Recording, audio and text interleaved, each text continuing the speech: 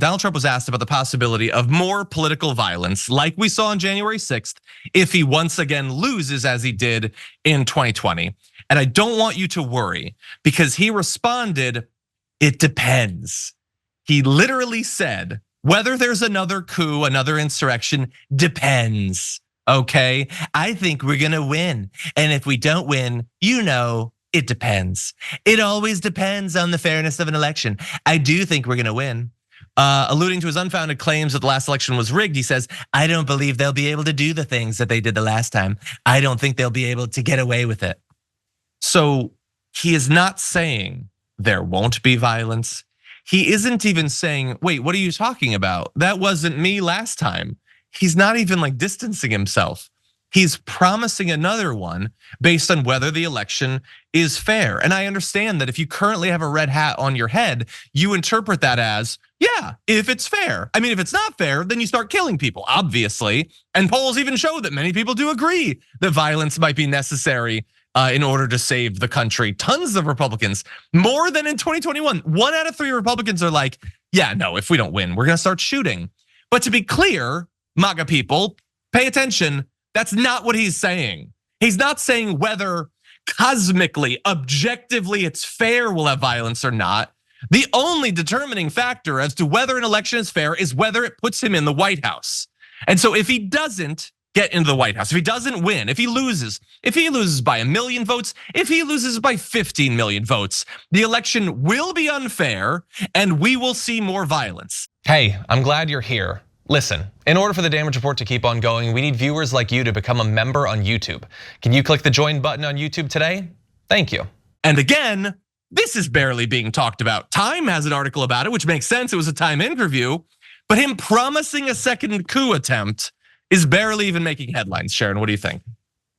Well, perhaps he's too busy worrying about, or maybe Americans are, what's going on college campuses to pay attention to someone who is still polling and doing okay. Okay, this time he might actually endorse mail-in ballots and give him an extra edge.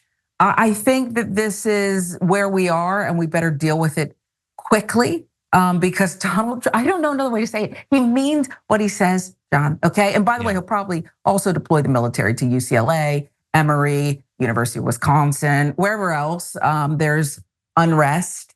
I just think that this is maddening that we are going to be held hostage by one man. The only silver lining is he can't even get MAGA to show up outside the courtroom in New York. So there's hope, that it might be okay. Maybe. I guess there's a little bit of a silver lining there. By the way, and we'll talk more about the campus protests later on the show.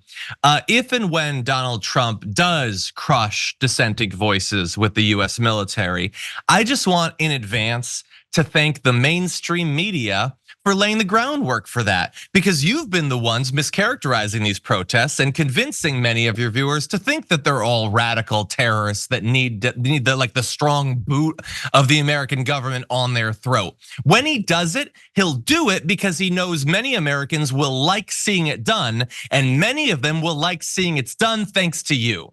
So thank you for taking us that 1 inch further down the street towards fascism.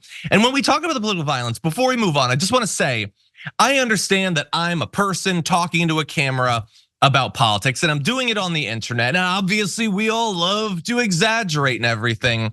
Well, thanks to Donald Trump, we're not simply hypothesizing about the possibility of political violence. He's literally already done it, okay? We're just trying desperately to stop another one from happening.